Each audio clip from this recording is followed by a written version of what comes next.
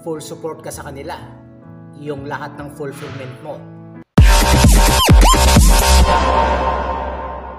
nakatuon sa kanila, pinapakain mo, binihisan mo, inaalagaan at punong-puno ng pagmamahal.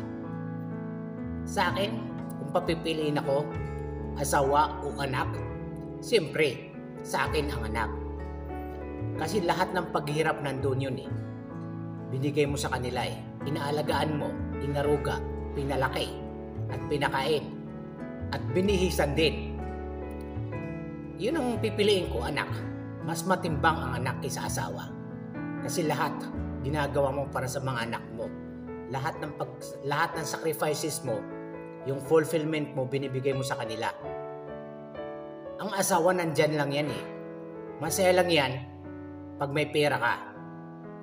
Pag magkasama kayo, andun yung pagmamahalan yung dalawa.